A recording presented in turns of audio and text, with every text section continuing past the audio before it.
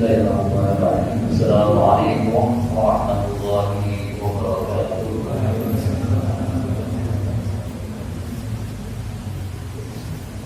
Innal hamdalillah nahmaduhu wa nasta'inuhu wa nastaghfiruh wa na'udzu billahi min shururi anfusina wa min sayyiati a'malina. Man yahdihillahu fala mudilla lahu wa man yudlil fala hadiya lahu. أشهد أن لا إله إلا الله وحده لا شريك له وأن محمدا عبده ورسوله. اللهم صل على محمد وعلى آله وصحبه والتابعين أجمعين. أما بعد فيا أيها الصالحون اتقوا الله إن الله يحب المتقين. Masyaallah muslimin rahimahullah. Alhamdulillah kita bersama-sama bersyukur kepada Allah Subhanahu wa taala karena kita memberikan kepada kita yang mana pada malam ini kita semuanya diberikan nikmat sehat dan selamat dan Islam sehingga bersama-sama kita bisa hadir di majelis ini melaksanakan sholat maupun menjalankan dan kita lanjutkan bersama-sama belajar sholat malam. Semoga upaya kita dan usaha kita di dalam menghadapi perintah Allah Subhanahu wa taala, tentunya juga upaya kita untuk menjauhi kebenarannya senantiasa diridhoi oleh Allah Subhanahu wa taala, menerima amal-amal saleh kita dan senantiasa memberikan kita dan taufik sampai akhir hayat kita. Salawat dan salam semoga senantiasa terlimpahkan kepada Rasulullah kita Rasulullah Sallallahu Alaihi Wasallam beserta keluarganya, para sahabatnya, dan juga para ibadah yang istiqamah hingga yaumul qiyamah. Masyaallah muslimin rahimahullah, pada kesempatan ini kita akan sama-sama kembali belajar melanjutkan kajian kita tentang sholat. Insyaallah kita lanjutkan pada pembahasan takbiratul ihram. Takbiratul ihram pada ini adalah merupakan bagian dari rukun sholat kita. Setelah kita semuanya berniat akan ada yang membedakan niat ini bersamaan dengan takbiratul ihram. Baru kita sampaikan di niat kalau kita belajar bagaimana kita melaksanakan takbir, niat itu adalah apa yang ada dalam maksud yang ada dalam hati kita. Nah, kemudian berkaitan dengan takbiratul ihram, Bapak Ibu, setelah kita berniat dan berdiri menghadap kiblat dan berniat berdiri menghadap kiblat,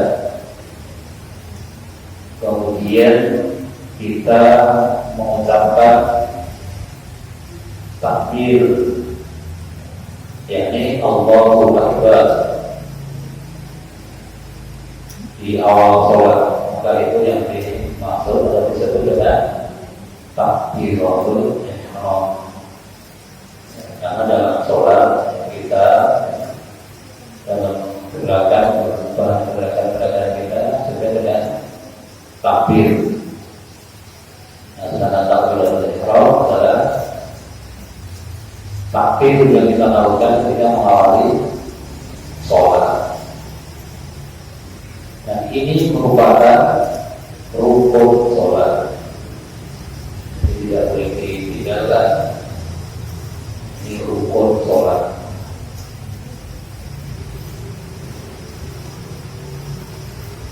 Nah, berarti tidak sah sholat kita ketika kita tidak mengucapkan takbiratul ihram. Rasulullah bersabda, "Inna qumna ila sholati fakabir." Apabila engkau mendirikan sholat, hendak mendirikan sholat, maka bertakbirlah. Yang dikatakan oleh Bukhari dan Muslim. Dan dalam hadis yang lain Rasulullah bersabda, "Iftahus sholat fakubur, wa ta'limuha at-takbir, wa ta'limuha at-tasbih." Kunci atau pembukaan sholat adalah wudu. Di sholat kita ini kuncinya adalah wudu, artinya suci. Ketika dalam keadaan tidak suci dari hadas dan najis, ya, maka tidak sah sholat kita. Wakatimuha takbir, permulaannya adalah takbir. Wakatimuha dan penghabisannya adalah salat. Sebenarnya takbir itu yang mengharamkan, tahliluhan yang menghalalkan. Nah, maksudnya itu kaitannya tadi ada takbiratul ihram. Di takbiratul ihram itu adalah menjadi pembatas bagi orang yang sholat, yakni antara perbuatan yang boleh dilakukan sebelum sholat dan perbuatan yang tidak boleh dilakukan ketika sholat. Itu pembatasnya adalah takbiratul ihram. Jadi ketika kita sudah Allahu Akbar, maka apa yang sebelumnya boleh kita lakukan di luar sholat, yakni seperti misalnya makan, minum, berbicara, berkhutbah, dan hal-hal yang lainnya, ini sebelum sholat boleh kita lakukan. Tetapi begitu kita sudah takbir Allahu Akbar, maka semua itu tidak boleh dilakukan atau haram dilakukan. Kalau dilakukan berarti batal sholat kita. Maka itulah kenapa takbir tersebut disebut dengan kata takbiratul ihram. Ihram dari kata haram, berarti melarang. Maksudnya setelah kita takbir tadi, kita tidak boleh melakukan segala sesuatu yang dilarang dalam sholat kita. Kemudian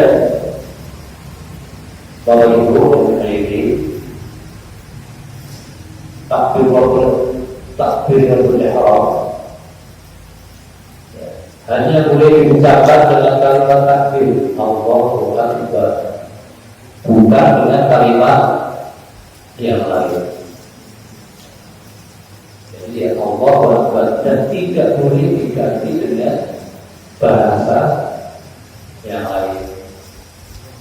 Dulu beberapa waktu yang lalu pernah ada sekelompok orang, biasanya disebut aliran, yang melaksanakan sholat itu dengan gosok dulu.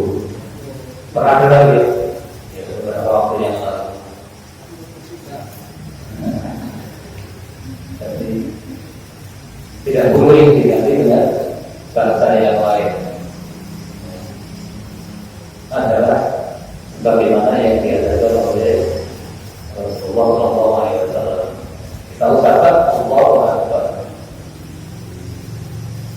Cuma kenapa yang kita ucapkan adalah Allahu Akbar,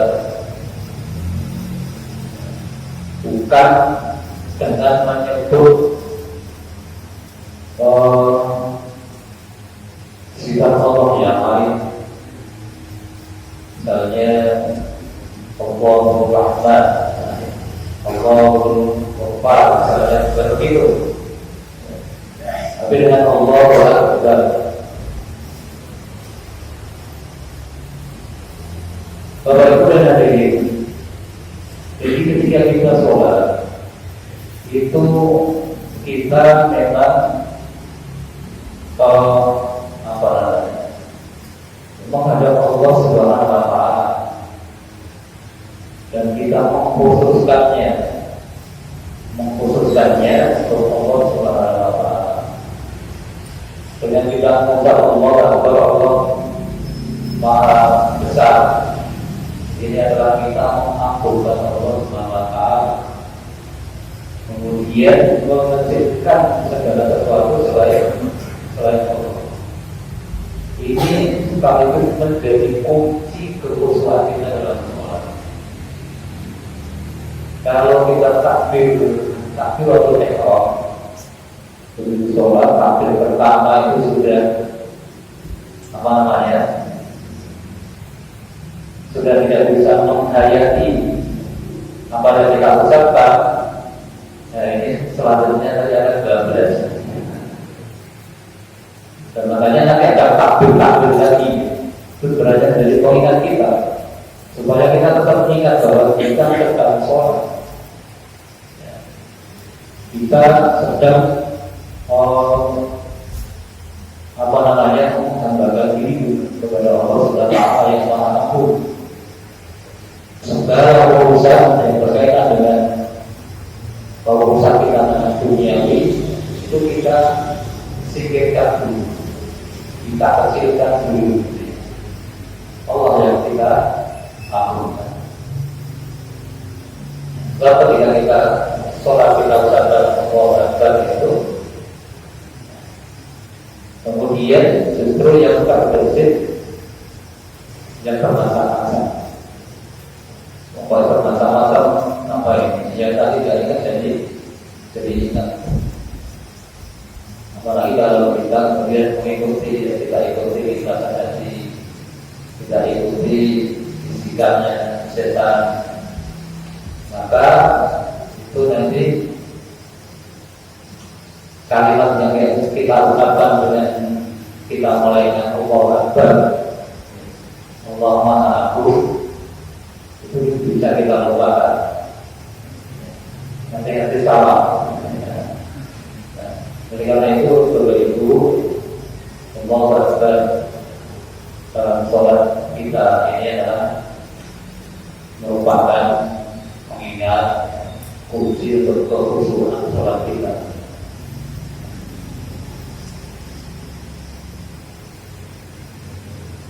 Dan sebagaimana saya sampaikan, kalimat ini tidak boleh diganti dengan kalimat yang lain. Ini adalah sebagaimana sudah disampaikan oleh Rasulullah SAW. Rasulullah SAW bila qala ila salati istaqbala lada wa rafa'a yadayhi wa qala Allahu Akbar. Rasulullah SAW tidak hendak mendirikan sholat, dan beliau menghadap kiblat, lalu mengangkat kedua tangan dan mengucapkan Allahu Akbar. Diulang dengan kalimat lain dan tidak pernah menggantinya selama beliau menjalankan sholat. Jadi sejak pertama beliau sholat sampai wafat, bukannya Allah Akbar, tidak berganti lagi.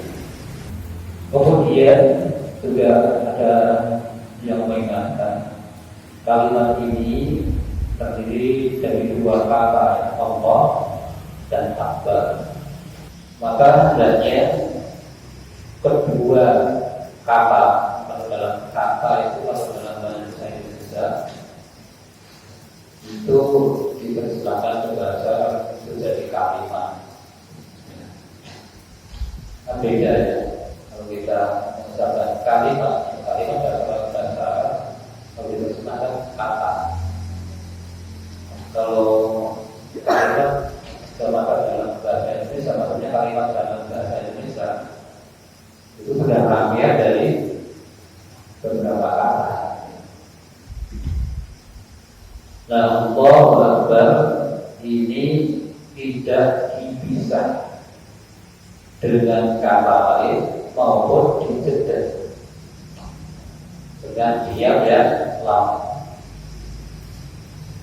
Misalnya Allah menentur Akbar, jadi di satu akhir Allahu Akbar. Jika sholat dikerjakan sendiri, maka paling tidak kalimat ini didengar oleh dirinya sendiri. Jadi diucapkan dengan yang mau diucapkan harus diucapkan kalau sholat sendiri minimal didengar oleh telinganya sendiri.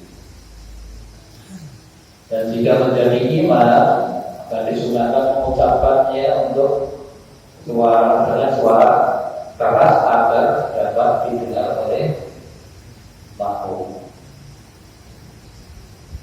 Nah, adapun kadang-kadang kalau sekarang masjid-masjid yang besar di Madinah, di Makkah, di Istiqlal misalnya, itu bahkan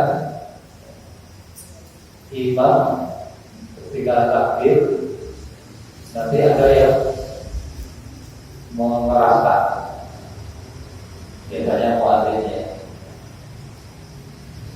dikeraskan. Meskipun sekarang imam biasanya sudah pakai pengeras ya, makmumnya sudah. Ya, hal ini memang ada riwayat dari Rasulullah SAW itu beliau sakit, suaranya lemah, maka ketika beliau takbir suaranya tidak sekeras dan tidak sehat, maka kemudian dikeraskan oleh anak-anaknya.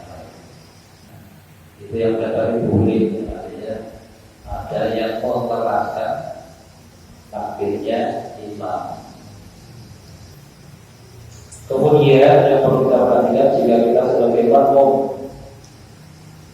sebagai makmum, maka disarankan mengucapkan takbiratul ihram setelah imam selesai mengucapkannya. Makmum tidak boleh mendahului imam atau menyamainya. Tidak boleh mendahului bareng boleh asal. Jadi imam takbir baru makmumnya menyusul. Tidak boleh mendahului, menyamai itu saja tidak boleh. Jadi berdasarkan sabda Rasulullah SAW yang dikatakan oleh Bukhari, Muslim dari Anas bin Malik, kata semua dari imamu yuhtamma bihi faidah takbiru. Sesungguhnya seorang imam itu dijadikan untuk diikuti. Jika ia telah bertakbir, hendaklah kalian bertakbir. Pada dasarnya setiap apa yang dilakukan imam, maka makmum segera mengikuti dan tidak boleh mendahului.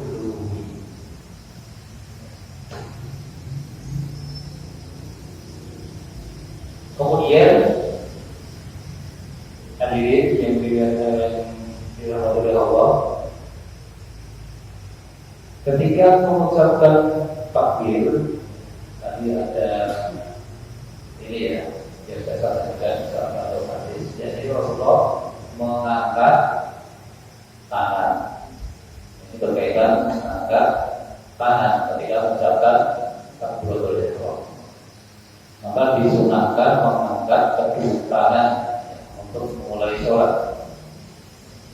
Ya, sedangkan bagaimana mengangkat tangan ini?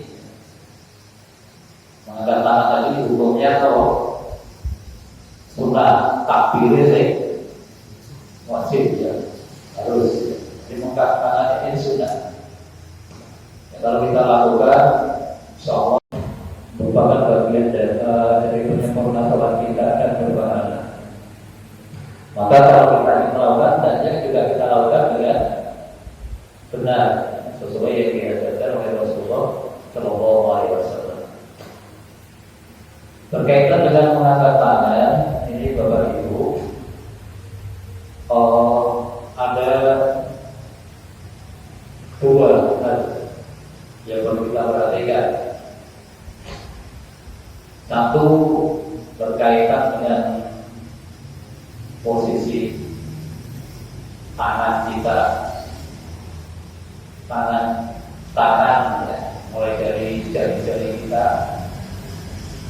sampai kemudian ketinggiannya mengangkat. Ada dinukilkan dua hadis Rasul Shallallahu Alaihi Wasallam tentang mengangkat tangan ini. Yang pertama yang dikatakan oleh Imam Bukhari, wahai Rasulullah Shallallahu Alaihi Wasallam dari Abdullah bin Umar, wahai Rasulullah Shallallahu Alaihi Wasallam kita qala fi salat wa ma'a yadihi hatta yakuna hawwan bi baiti. Aku melihat Rasulullah Shallallahu Alaihi Wasallam jika tidak mendirikan salat, beliau mengangkat kedua tangannya sejajar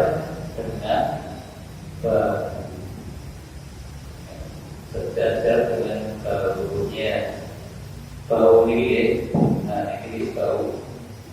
Nah, dan yang dimaksud sejajar itu adalah ujung-ujung dari kita, setinggi maksudnya itu kedua tangan kita. Terus juga ada riwayat lain yang disampaikan oleh Malik bin Khuwailid, anna Rasulullah sallallahu alaihi wasallam kana idza kafara wa ma'a yadihi hatta yuhadi bi bahulayhi. Nah, ketika bertakbir Rasulullah sallallahu alaihi wasallam biasa mengangkat kedua tangannya sejajar telinga. Tidak tak ketinggian, mengangkatnya ada berapa? Dua cara. Cara kedua pun ada dua lagi. Jadi secara globalnya ada dua cara. Setinggi ini sejajar dengan pundak kita atau bahu kita. Yang kedua telinga. Nah, telinga ini yang kemudian juga berbeda. Telinga bagian bawah yang ini di bawah ini atau ujungnya. Nah, jadi ada yang menyebutnya setinggi telinga bagian bawah, ada yang setinggi telinga bagian atas. Kemudian ada yang merangkum ketiganya jadi satu, ujung jarinya setinggi telinga atas, ini tengah-tengah jarinya sejajar dengan telinga bawah, telapak tangannya sejajar pundak. Nah, kemudian Bapak Ibu tentang mengangkat tangan ini yang perlu kita perhatikan adalah orang kaki tingginya, kemudian bagaimana posisi dari jari atau telapak tangan kita. Jadi telapak tangan itu ketika takbir Rasulullah bersabda hanya Rasulullah ini riwayat Abu Dawud.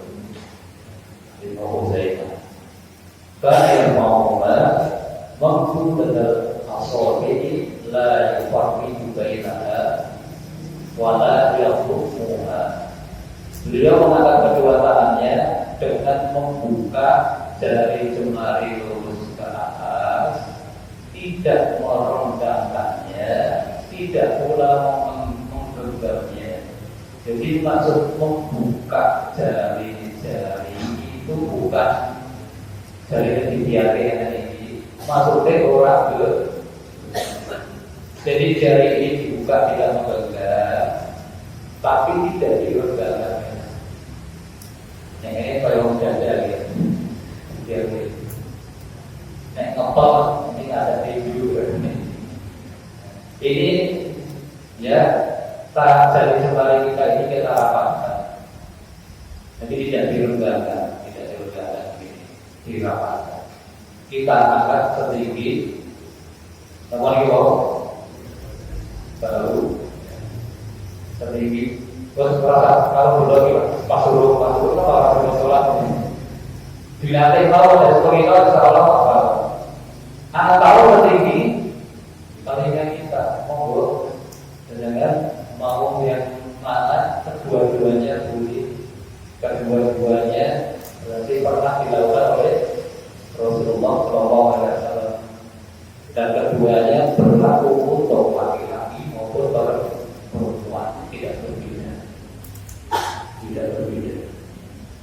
Meskipun ada yang berpendapat sebaiknya kalau bagi yang perempuan setinggi baru saja karena tinggi itu mendekat.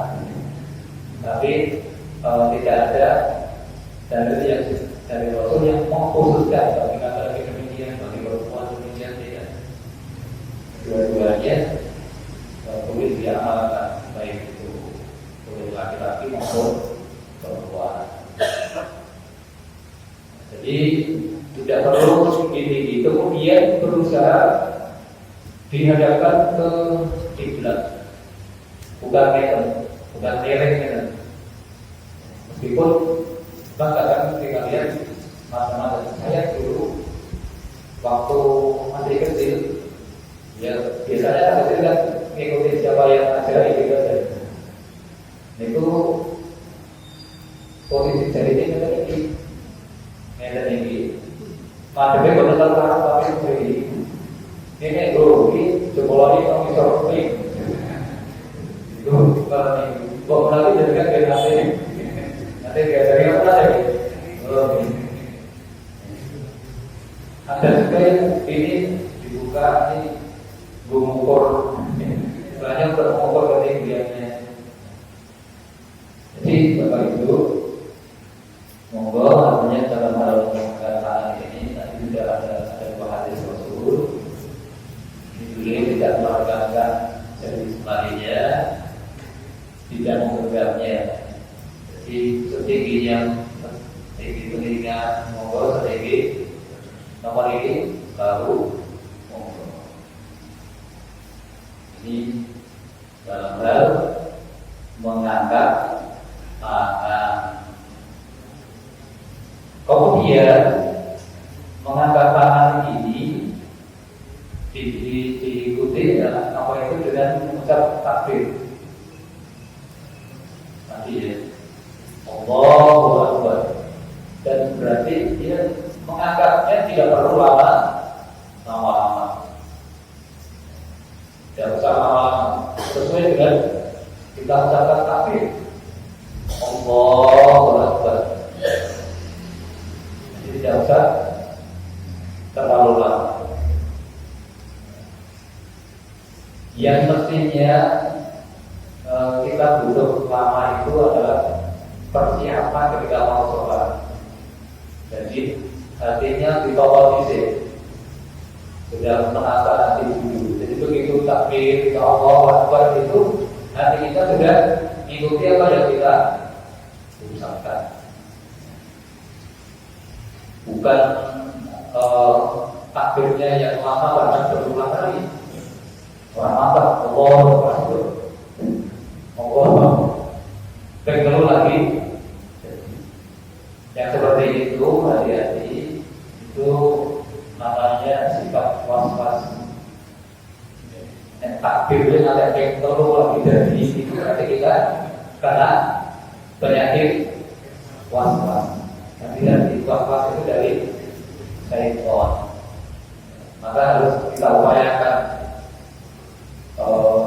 kita hilangkan was-was itu dari syaitan. Itu nanti disebutkan kepada kita. Bulan-bulan nanti pakai kayak imam kayak rambut misalnya. Masih mengulang lagi. Tadi ada kata-kata Bapak Ibu dalam mengangkat tangan. Ini selain pada takbiratul ihram ini disunahkan pada tempat yang lain, berarti 4 dan takbiratul ihram. Jadi mengangkat tangan itu disunahkan pada 4 tempat. Ya. 4 tempat. Satu ketika takbiratul ihram. Kedua ketika kita mau rukuk. Gitu. Naik rukuk kan kita angkat. Kemudian setelah bangun dari rukuk berarti tidak. Yang keempat adalah setelah tasyahud awal. Kalau kita sholat yang ada tasyahud awalnya itu berarti tidak. Itu yang sunnah. Dan itu dalam riwayat hadis itu yang selalu dilakukan oleh Rasulullah SAW. Dikatakan Rasulullah tidak pernah meninggalkannya.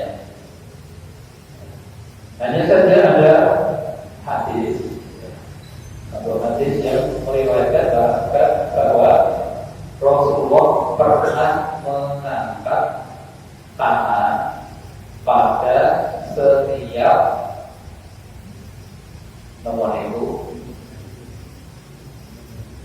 sakit dari sujud. Pokoknya setiap berdiri biasanya dari ini ya kok dari rong rakaat ya. Tidak hanya ketika setelah tasyahud awal. Ini adalah hadis yang menyebutkan Rasulullah pernah itu selalu nomor. Pernah itu sekali aja bisa dikatakan pernah. Nah maka yang disepakati misalnya disampaikan oleh para ulama yang dikategorikan sunnah adalah yang pada 4 tempat, tidak setiap bangun dari sujud. Jadi 4 tempat tadi nomor itu takbiratul ihram, mau rukuk, bangun dari rukuk atau tidak, kemudian ketika berdiri atau bangun dari tasyahud awal. Ini berkaitan dengan takbiratul ihram dan mengangkat 2 tangan. Sampai berapa? Jadi sepertinya sampai di dulu kalau kita yang disampaikan mau. Assalamualaikum warahmatullahi wabarakatuh. Mau tanya tentang batasan gerakan di luar gerakan sah sholat. Batasan yang lain disampaikan itu kan kadang kita banyak melihat orang yang berdiri itu juga sulit ya. Kalau lihat bahwa sholat itu tidak bahagia. Kemudian kalau kita kaki kita kan ada, dan kita sama ada. Itu kami juga sulit kan. Itu bisa mengganggu kebutuhan.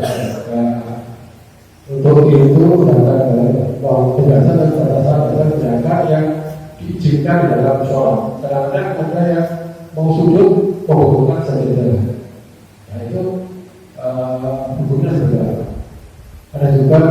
tapi dikatakan gatal itu dalam kondisi sholat.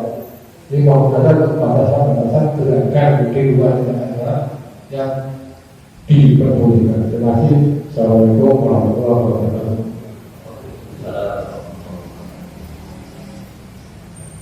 Tak gerakan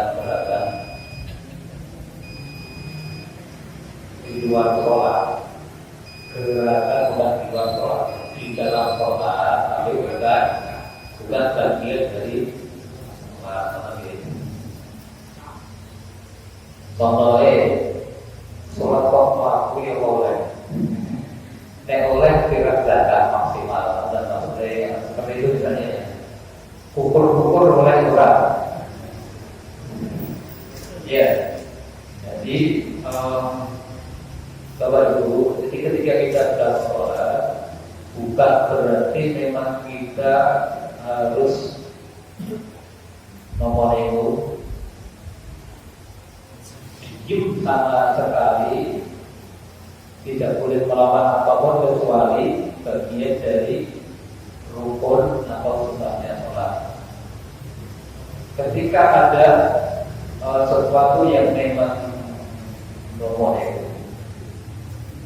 darurat mendesak atau berkaitan dengan juga tuntutan syariat, itu dibolehkan untuk melakukan gerakan selain nanti gerakan yang fardu ataupun sunat sholat.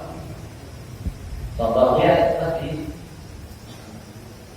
tuntutan syariat misalnya, tuntutan syariat ono sok ngomong, padahal memutus sok tidak boleh karena nanti yang tersebut di sok itu nomor itu batal misalnya ya, biar keluar sok. Apakah dibiarkan kosong atau bagaimana? Harus diisi, harus ditutup. Yang paling simpel itu yang di belakangnya, menghubungi ini untuk di situ. Yang paling simpel. Kalau enggak sebelahnya, kalau sebelahnya tempatnya ada ke arah sana, bersebelah kanan, ke arah tangan, ke arah sini, seperti ini. Bukan yang dari sini ke sana, yang dari sana. Kalau sebelah kiri, yang dari kiri ke kanan. Seperti ketika menatap sok mulai itu, pusatnya tapi kanan. Beda dengan baris-baris. TDB pusatnya di mana? Paling kanan menurut tangan, berbalik terus ke kanan itu bisa dirasakan.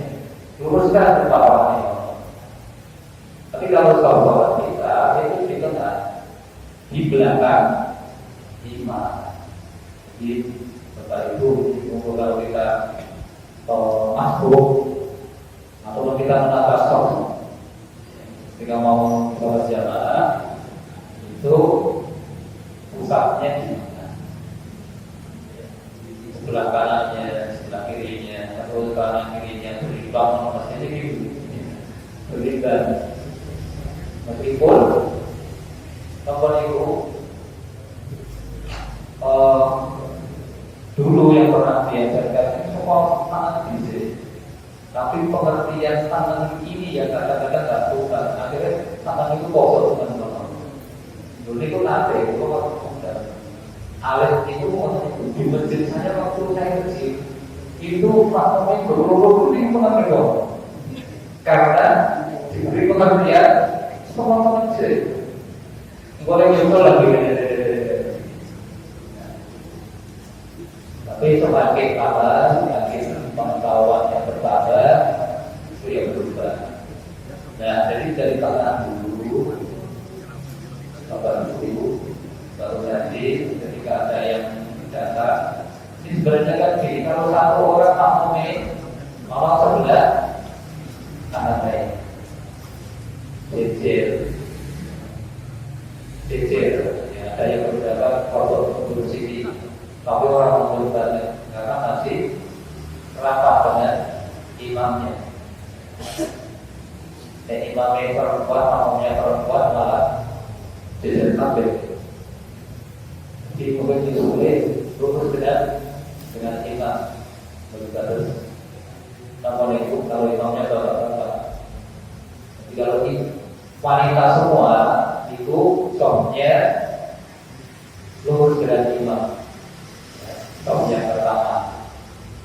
Jadi imamnya ngomong bukan orang masuk. Nah kalau kita misalnya laki-laki, ini makmumnya posisi itu jejer kita. Kalau sing nyusul nanti mundur atau imamnya sing maju, mana yang memungkinkan? Terus makmum yang nyusul itu berada di sebelah kirinya, berbeda. Nah kalau orang makmum sekolah yang nyusul kanan kiri. Terus sampai tobat. Tobat misalnya belakangnya, mulainya mana tengah. Jadi itulah gerakan-gerakan yang seperti itu termasuk ukur-ukur itu diizinkan, tapi tidak melebihi tiga gerakan. Itu yang masuk. Jadi ukur-ukur lembaga ya.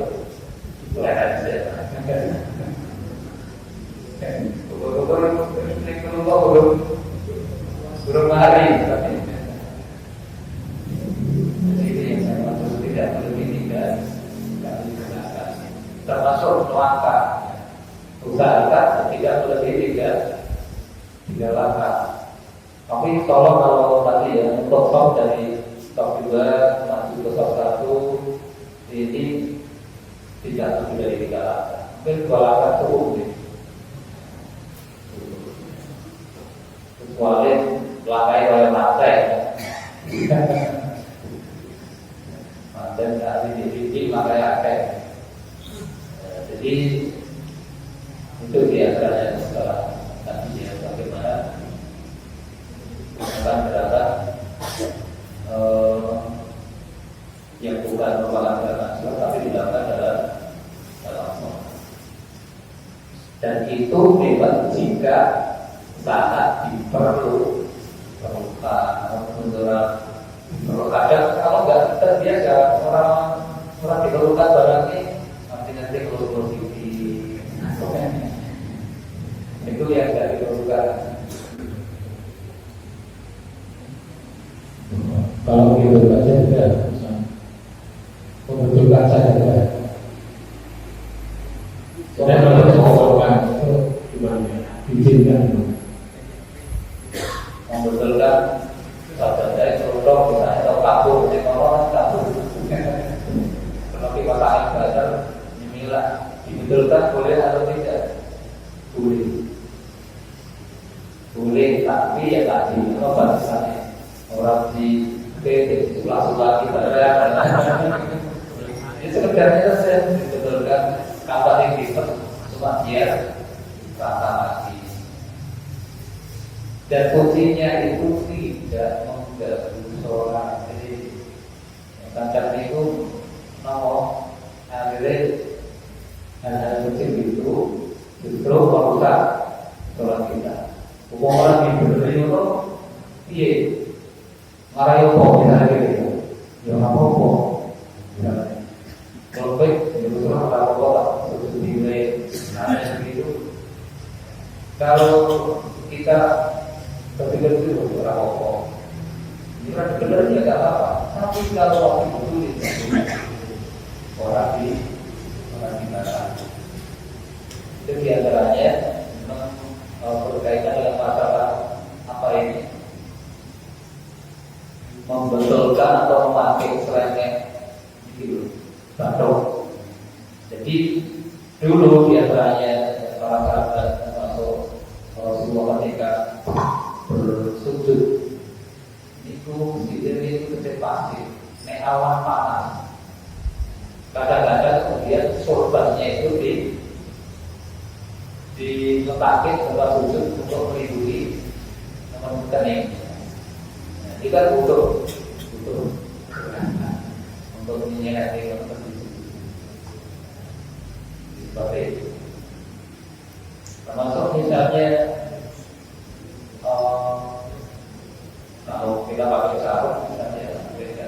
kalau yang pakai ihram biasanya. Jadi ini sholat kayak ibu, kayak ini betul itu, apa lagi jangan berlebih.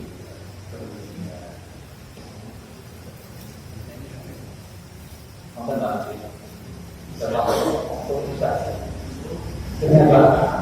Saya pernah melihat imam saat sholat HP-nya bunyi Pak, dilihat itu dimasukkan ke itu gimana?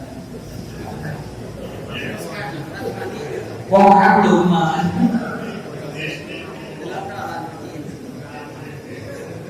Kata wong itu ya. Iya. Jadi sholat mematikan HP yang bunyi itu boleh. Ya. Dan ya saja, mestinya nggak perlu lihat. Dia dimatikan caranya ini itu apa boleh loh dimatikan. Karena itu nanti akan mengganggu yang sholat. Nah, kalau dilihat perlu nih moco, tidak sokok. Baik, ini nanti wawalan paling tidak dia akan menghilangkan kekhusyuan sholat. Nih terus kan sholat itu sebenarnya kita nolak ya, tidak boleh. Madep nih dulu nanti tambah supaya khusyuk itu fokus tempat-tempat itu tidak. Paling tidak dia akan menghilangkan kekhusyuan dalam sholat. Jadi matikan boleh tapi tidak perlu dilihat. Melihat itu sudah sholat. Ada Pak? Kalau nanti kita coba kita tarikan referensi yang lebih banyak, detail. Bisa hari,